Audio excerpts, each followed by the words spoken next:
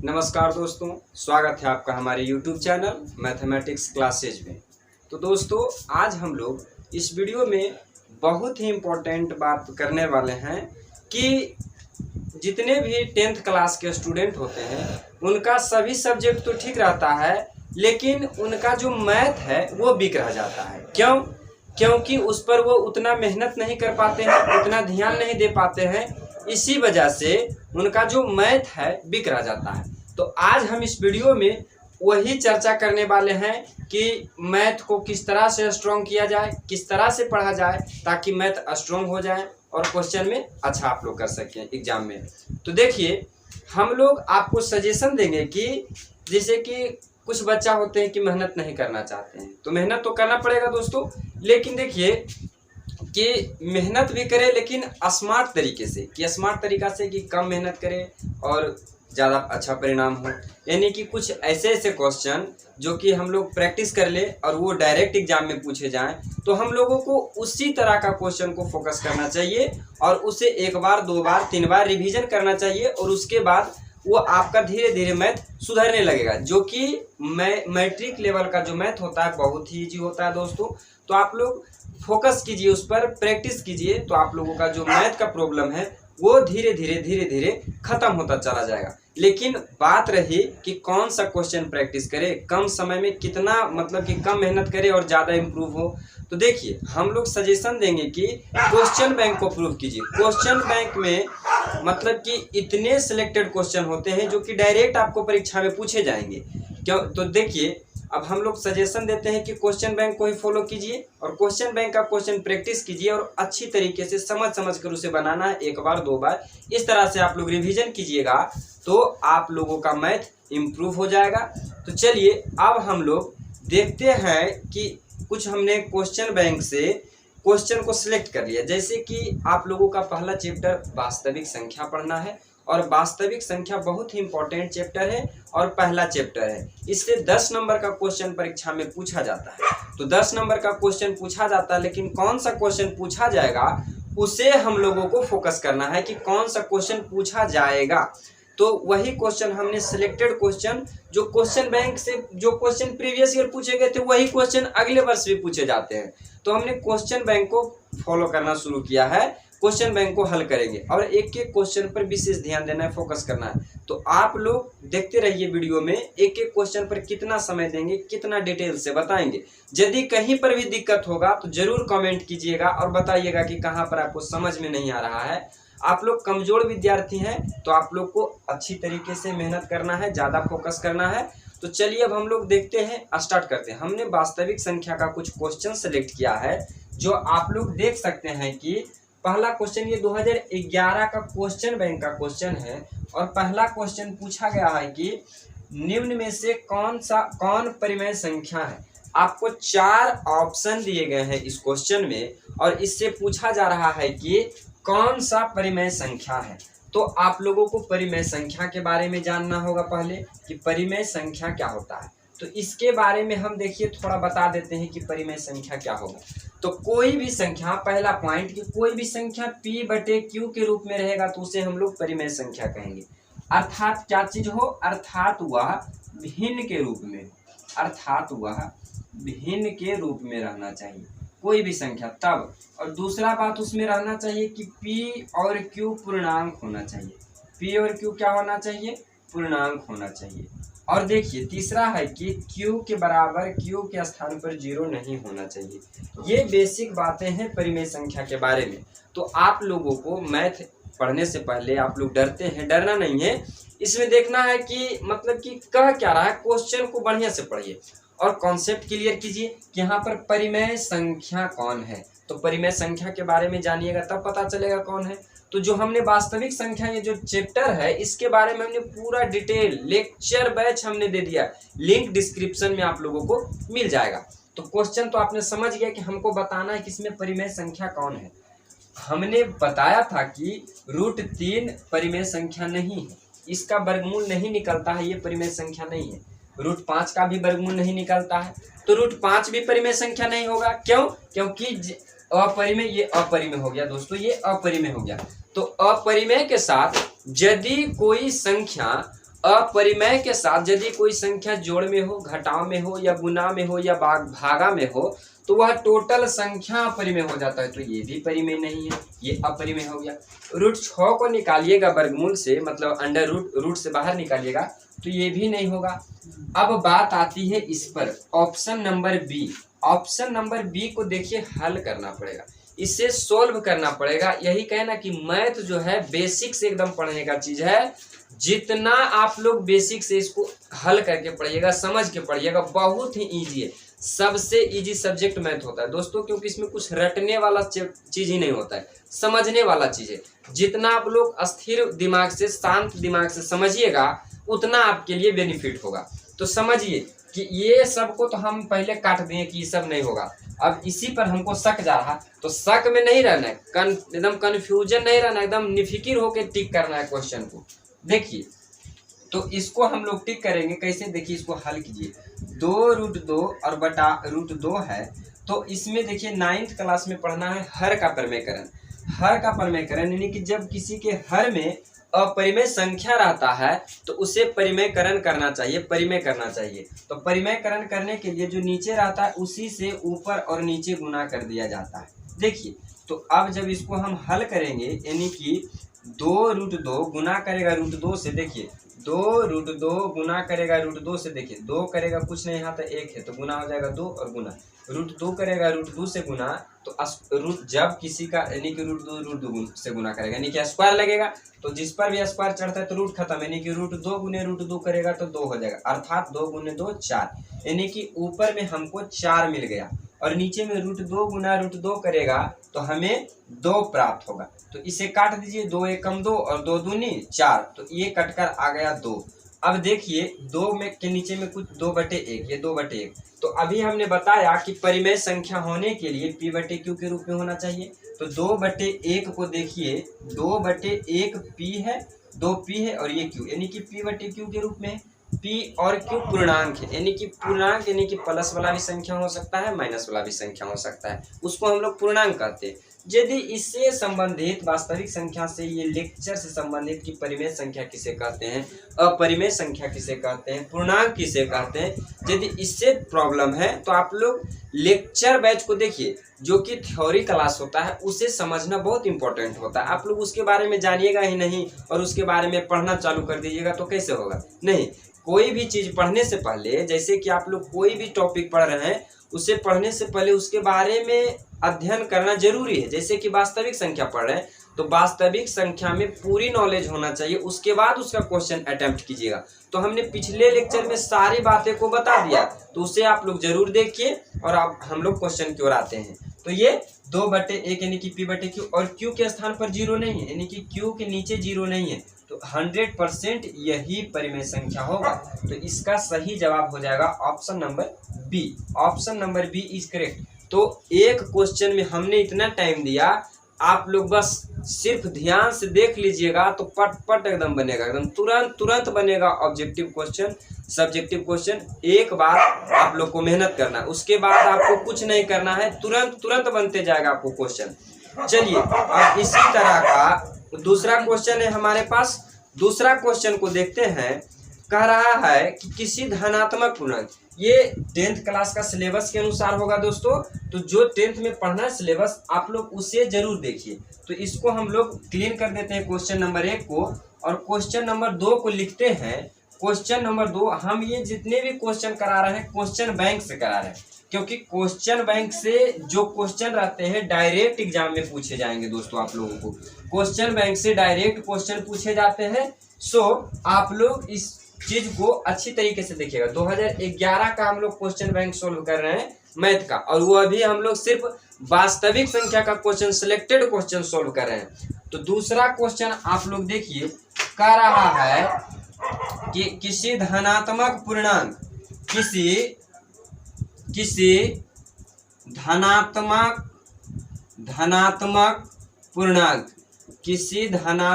पूर्णांक ए तथा बी, यानी कि हमारे पास कोई संख्या दिया गया है, पॉजिटिव संख्या पूर्णांक है ए और बी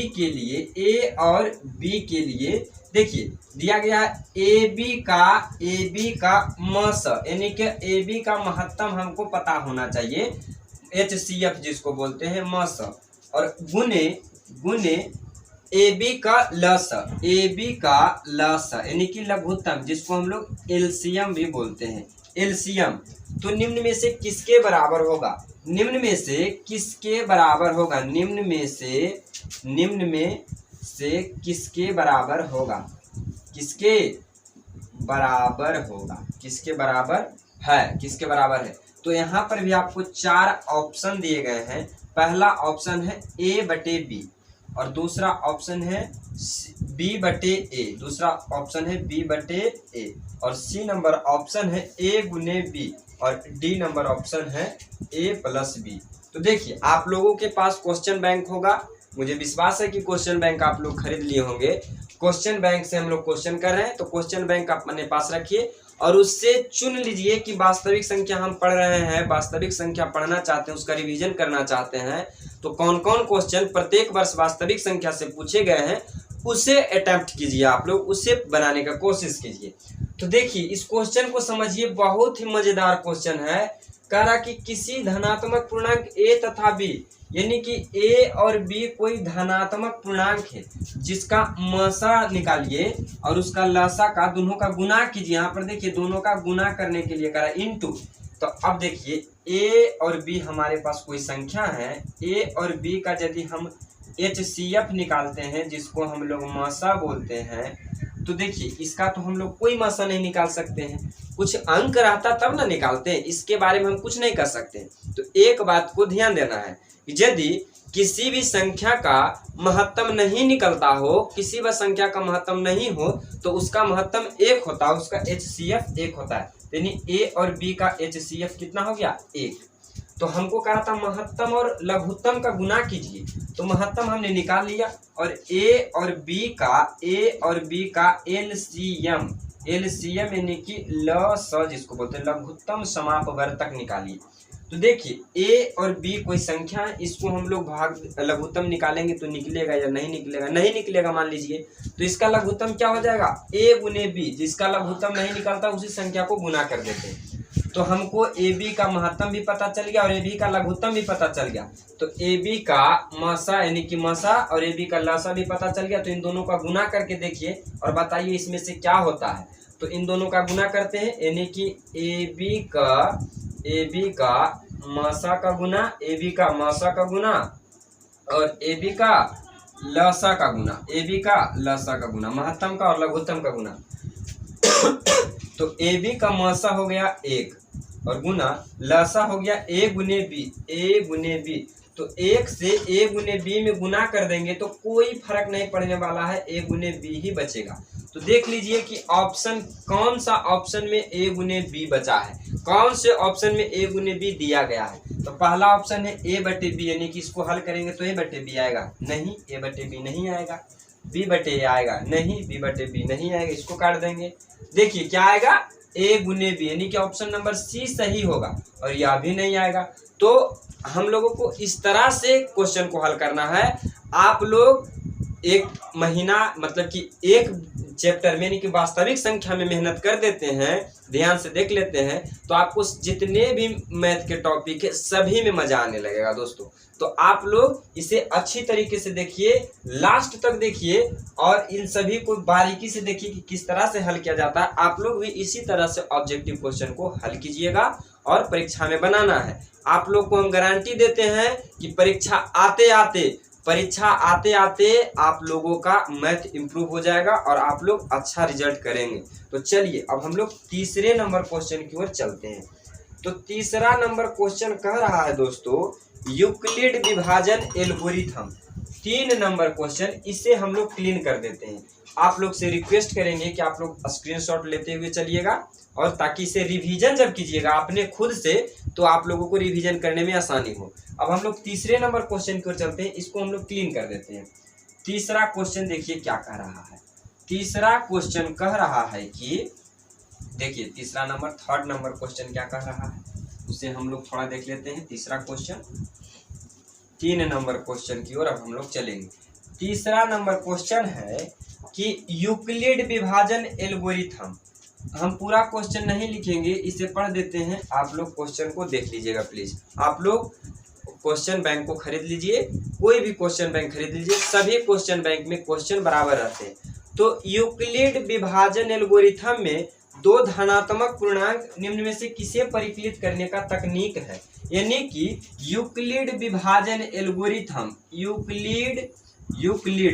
यूक्लिड विभाजन एल्गोरिथम हम लोगों को इस चैप्टर में यानी कि क्लास 10th के वास्तविक संख्या में यूक्लिड विभाजन एल्गोरिथम के बारे में पढ़ना है। तो इसके बारे में भी थोड़ा जान लीजिए कि यूक्लिड विभाजन एल्गोरिथम क्या चीज होता है, यूक्लिड विभाजन एल्गोरिथम क्या काम के लिए, इससे क्या फायदा है हमको। तो यूक्लिड विभाजन एल्गोरिथम बराबर देखिए फॉर्मूला होता है ए बराबर BQ प्लस आर, ए बराबर BQ प्लस आर। आप लोगों को ये सब समझ में यदि नहीं आ रहा कि ए क्या है, बी क्या है, आर क्या है, तो आप लोगों को लेक्चर बैच देखना चाहिए। हमारे चैनल के प्लेलिस्ट में जाइए और वहां से लेक्चर को देखिए कि ये क्या चीज होते हैं। तो यूक्लिड विभाजन एल्गोरिथम का ये फॉर्मूला है, ये फॉर्मूला है A is equal to BQ plus R. और यूक्लिड विभाजन एल्गोरिथम से हम लोग महत्तम ज्ञात करते हैं। इससे हम लोग यूक्लिड विभाजन एल्गोरिथम, इस फॉर्मूला से हम लोग मौसा ज्ञात करते हैं, यानी कि जिसको HCF बोला जाता है, HCF। तो यही क्वेश्चन था 3 नंबर में। आपको हमने नॉलेज दे दिया कि इससे वास्तव मासा ज्ञात किया जाता है और किस तरह से मासा ज्ञात किया जाता है, उन सभी का भी प्रैक्टिस करेंगे। आप लोग पैसेंस रखिए और वीडियो में लास्ट तक बने रहिएगा, इसे स्किप नहीं कीजिएगा, क्योंकि एकदम डिटेल से बता रहे हैं, बारीकी से बता रहे हैं कि किस तरह से हल करना है, किस तरह से मैथ को इम्प्रूव करना है आप लोगों को। तो कह रहा है, ऑप्शन दिया गया था कि यूक्लिड विभाजन एल्गोरिथम दो धनात्मक पूर्णांकों को निम्न में से परिकलित करने का तकनीक है। मतलब कि यूक्लिड विभाजन एल्गोरिथम से हम लोग क्या ज्ञात करते हैं, तो महत्तम ज्ञात करते हैं। यूक्लिड विभाजन एल्गोरिथम से महत्तम ज्ञात करते हैं। तो ऑप्शन नंबर ए में दिया गया था लघुत्तम, ऑप्शन नंबर ए में दिया गया था LCM, ऑप्शन नंबर बी में दिया गया था महत्तम HCF, ऑप्शन नंबर बी में दिया गया था HCF, और ऑप्शन नंबर सी में दिया गया था भागफल, ऑप्शन नंबर सी में दिया गया था भागफल, और ऑप्शन नंबर डी में दिया गया था शेषफल, ऑप्शन नंबर डी में दिया गया था शेषफल। तो बताइए कि यूक्लिड विभाजन एल्गोरिथम से हम लोग क्या परिकलित करते हैं, क्या निकालते हैं, क्या ज्ञात करते हैं। तो यूक्लिड विभाजन एल्गोरिथम से हम लोग HCF ज्ञात करते हैं। बहुत ही इजी क्वेश्चन है ये सब। देखिए कितना छोटा छोटा, कितना बेसिक चीज पूछता है एग्जाम में। तो कहते हैं मैथ भारी है, कुछ भारी नहीं है, बस आप लोग को अंदर आत्मा जगाना है, प्रैक्टिस करना है। बस प्रैक्टिस कीजिए, सब क्लियर हो जाएगा। आप लोग को गारंटी देते हैं कि आप लोग 10 दिन रेगुलर रहिए, 10 दिन रेगुलर मेहनत कीजिए, आपका मैथ इंप्रूव होने लगेगा धीरे धीरे। लेकिन मजाक नहीं, मेहनत मतलब मेहनत, ठीक। तो अब हम लोग ये 3 नंबर क्वेश्चन था, चौथा क्वेश्चन देखते हैं। चौथा क्वेश्चन, सॉरी हम 4 नंबर क्वेश्चन को आज नहीं करेंगे, क्योंकि इसमें थोड़ा सा मतलब कि फॉल्ट रह गया था, इससे हम लोग सुधारेंगे। कहा कि 96 4 नंबर क्वेश्चन और 404 का मतलब कि लघुत्तम और महत्तम ज्ञात कीजिए गुणनखंड विधि द्वारा, इसको हम लोग नेक्स्ट वीडियो में देखेंगे। इसमें थोड़ा क्वेश्चन में हमें प्रॉब्लम बुझा रहा है, सस्पिशन लगा, इससे हम लोग क्वेश्चन को बढ़िया से जांच लेंगे, सही है क्वेश्चन कि नहीं है, उसके बाद हम लोग करेंगे, क्योंकि हमें डाउट क्लियर करना है, डाउट में नहीं रखना है स्टूडेंट को, ठीक। तो चलिए अब देखिए 5 नंबर क्वेश्चन, 5 नंबर क्वेश्चन देखिए क्या कह रहा है। 5 नंबर क्वेश्चन यहाँ पर हम लोग लिख देते हैं, इसे हम लोग घेर देते हैं इस तरह। 5 नंबर क्वेश्चन कह रहा है कि 7/80 है। ये देखिए दोस्तों 7/80 है, और इसको बताइए कि बिना भागा दिए हुए बताइए, एकदम लंबी प्रक्रिया नहीं किए हुए। क्वेश्चन हम लोग पढ़ देते हैं दोस्तों, इसे लिखेंगे नहीं, आप लोग क्वेश्चन बैंक में देख लीजिएगा प्लीज। हम इसे पढ़ देते हैं, बिना लंबी विभाजन प्रक्रिया किए बताइए कि 7/80 परिमेय, ये परिमेय संख्या है। और जब इस परिमेय संख्या को हम लोग दशमलव में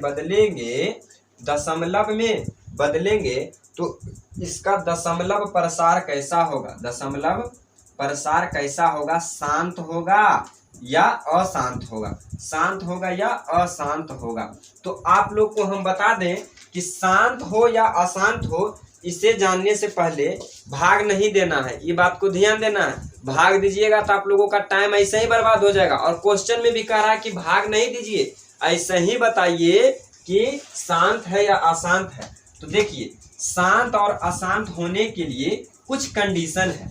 कुछ कंडीशन क्या है कि यदि आप लोगों का क्वेश्चन रहे परिमेय संख्या इस तरह से बटा में p बटे q यानी कि अंश बटे हर, तो उसका हर जो है, हर का हम लोग गुणन खंड करेंगे। क्या करेंगे? गुणन खंड करेंगे। हर का गुणन खंड करेंगे। यदि हर का गुणन खंड में 2 आ गया, चाहे 2 का पावर लग जाए, 2 5 को आ जाए, 10 को आ जाए, यानी कि 2 के पावर यम हो जाए, ठीक ने, 2 के पावर क्या हो जाए? यम। शांत अशांत जानने के लिए हम ये कंडीशन बता रहे हैं शांत अशांत के लिए कि कोई भी संख्या हो उसके हर का गुणनखंड कीजिए और हर में क्या चीज आ जाए? 2 आ जाए। 2 आ जाए या 2 के पावर आ जाए, स्क्वायर आ जाए, 5 को 2 आ जाए, 6 को 2 आ जाए, लेकिन 2 आ जाए, ठीक।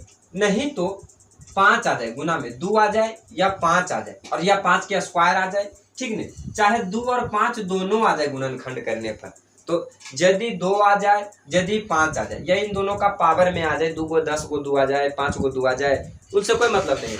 और या फिर दोनों आ जाए, यदि गुणनखंड करने पर ये दोनों चीजें आते हैं या फिर कोई एक चीज भी आता है, तो वह दशमलव शांत होगा। वह दशमलव शांत होगा। यदि इसमें कुछ एक्स्ट्रा जुट जाता है, यानी कि इसमें कुछ 7 जुट गया, 3 जुट गया, तो वो क्या चीज हो जाएगा? इसमें एक्स्ट्रा नहीं जुटना चाहिए। एक्स्ट्रा जुट गया तो वह अशांत हो जाएगा। एक्स्ट्रा जुट गया तो अशांत हो जाएगा। या 2 और 5 के अलावा कोई और आ गया तो अशांत हो जाएगा। तो इसको हम लोगों को तो भाग देना नहीं है और बताना है कि 7/80 शांत है या अशांत।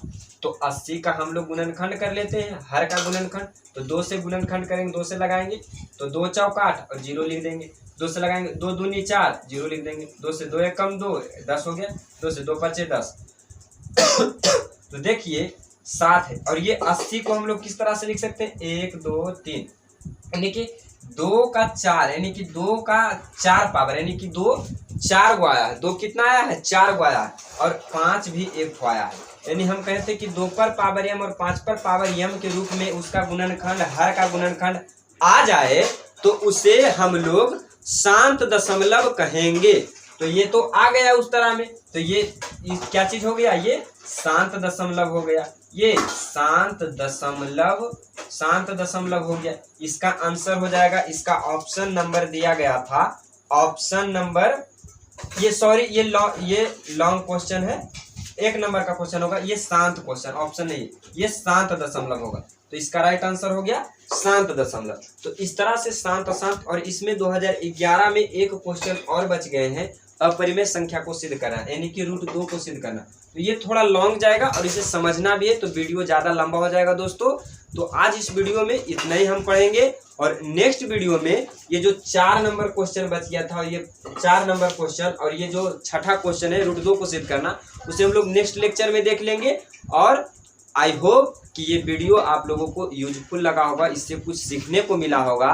तो आप लोगों को इस वीडियो को शेयर करना है, शेयर कीजिए। आप लोग सिर्फ आप ही नहीं पढ़िए, औरों को बताइए कि आप लोग कितना इंटरेस्टिंग चीज़ पढ़ते हैं, कितना अच्छा चीज़ पढ़ते हैं, कितना बेसिक चीज़ पढ़ते हैं, और लोगों को बताइए, और को वीडियो शेयर कीजिए। और इस चैनल को सब्सक्राइब जरूर कर लीजिएगा, ताकि नोटिफिकेशन आपको समय पर मिल जाए। छूट जाएगा वीडियो तो फिर ऐसा कंटेंट नहीं मिल पाएगा।